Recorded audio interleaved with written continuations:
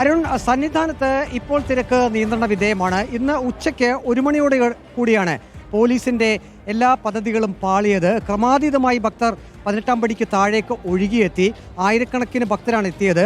Police ഒരു വേള എന്ത് ചെയ്യണം എന്നറിയാതെ തിരക്ക് നിയന്ത്രിക്കാൻ അവർക്ക് പാടുപെടേണ്ടി വന്നു.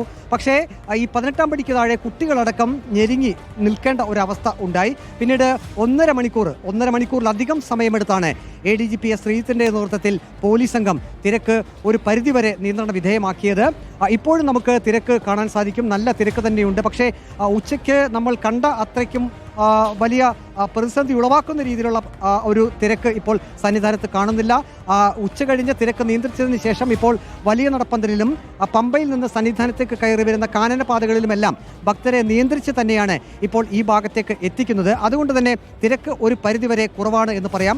ഇന്ന് ഉച്ചയ്ക്ക് നമുക്ക് അറിയാൻ കഴിയുന്നത് ഈ വലിയ നടപ്പന്തലിന് ഏറ്റവും ആദ്യം, അതായത് വലിയ നടപ്പന്തലിലേക്ക് പ്രവേശിക്കുന്ന ഭാഗത്ത് വലിയ തിരക്ക് അനുഭവപ്പെട്ടു.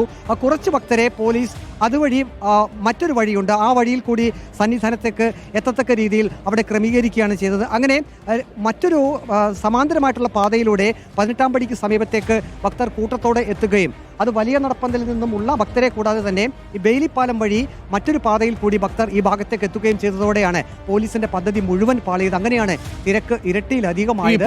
പിന്നീട് ദർശനത്തിന് സമയം വളരെ കുറച്ചല്ലേ ഭക്തർക്ക് കിട്ടുന്നുള്ളൂ. ഒന്ന് മിന്നായം പോലെ കണ്ടുപോകാൻ അത്രയും മാത്രം ഈ തിരക്കിനിടയിൽ അല്ലേ.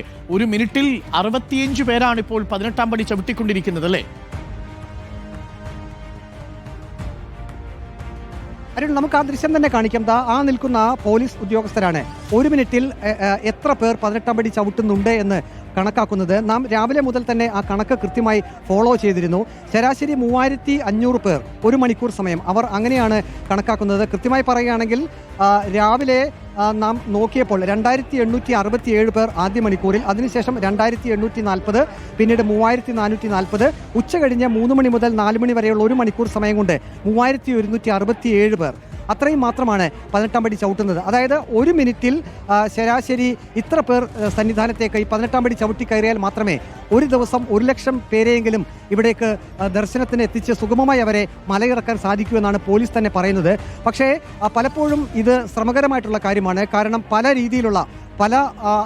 രീതിയിലുള്ള ഭക്തരാണ് സന്നിധാനത്തേക്ക് എത്തുന്നത്. പ്രായമുള്ളവരുണ്ട്, കുട്ടികളുണ്ട്.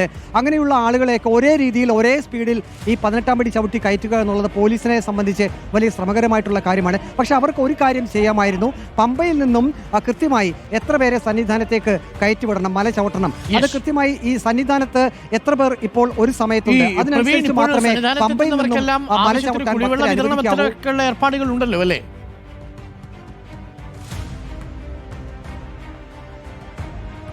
അതെ അരുൺ, വലിയ നടപ്പന്തലിൽ ഇപ്പോൾ തന്നെ ആളുകളെ വിന്യസിച്ചിട്ടുണ്ട്. നാം ഇന്ന് ഉച്ചയ്ക്ക് ദേവസ്വം ബോർഡ് പ്രസിഡന്റ് K. ജയകുമാറുമായി ഇക്കാര്യം സംസാരിച്ചിരുന്നു. അദ്ദേഹം പറഞ്ഞത് കൂടുതൽ ആളുകളെ ദിവസവേതന അടിസ്ഥാനത്തിൽ നിയമിക്കുമെന്ന് തന്നെയാണ്. ഇപ്പോൾ ഭക്തരെത്തുന്ന എണ്ണം വെച്ച് നോക്കുമ്പോൾ ഇവിടെ സെർവ് ചെയ്യുന്ന, അതായത് വെള്ളമൊക്കെ കൊടുക്കുന്ന ആളുകളുടെ എണ്ണം ഇനിയും കൂട്ടേണ്ടി വരുമെന്ന് ദേവസ്വം ബോർഡ് പ്രസിഡന്റ് തന്നെ പറഞ്ഞിട്ടുണ്ട്. അത് മാത്രവുമല്ല, ഏകദേശം 2 കോടിയോളം ബിസ്ക്കറ്റുകൾ തന്നെ എത്തിക്കാനുള്ള ഒരു നീക്കം കൂടി ദേവസ്വം ബോർഡ് നടത്തിയിട്ടുണ്ട്. അത് ഉടനെ തന്നെ എത്തുമെന്നാണ് ദേവസ്വം ബോർഡ് പ്രസിഡന്റ് തന്നെ വ്യക്തമാക്കിയിരിക്കുന്നത്. ഏതായാലും ഇപ്പോൾ സ്ഥിതി നിയന്ത്രണ വിധേയം തന്നെയാണ്. ആശങ്കപ്പെടേണ്ട ഒരു സാഹചര്യവുമില്ല. മഴ അല്പസമയം മുമ്പ് വരെ ഉണ്ടായിരുന്നു. ഇപ്പോൾ മഴ തോർന്നിട്ടുണ്ട്. ഇപ്പോൾ നല്ല വേഗതയിൽ തന്നെയാണ് 18-ാം പടി നിലയ്ക്കലിലാണ്. ഒരു കാര്യം കൂടി പ്രേക്ഷകർ പ്രത്യേകം ശ്രദ്ധിക്കണം. ദേവസ്വം ബോർഡ് പ്രസിഡന്റ് ജയകുമാർ വളരെ കൃത്യമായി പറഞ്ഞു, 20,000 പേർക്ക് മാത്രമേ സ്പോട്ട് ബുക്കിംഗ് ഉണ്ടാവുകയുള്ളൂ. സ്പോട്ട് ബുക്കിംഗിനുള്ള ക്രമീകരണങ്ങൾ നിലയ്ക്കലിലാണ് ഏർപ്പെടുത്തിയിരിക്കുന്നത്. സ്പോട്ട് ബുക്കിംഗ് ഇല്ലാത്തവർ അവർ നിലയ്ക്കലിൽ ഇന്ന് തങ്ങണം എന്നുള്ള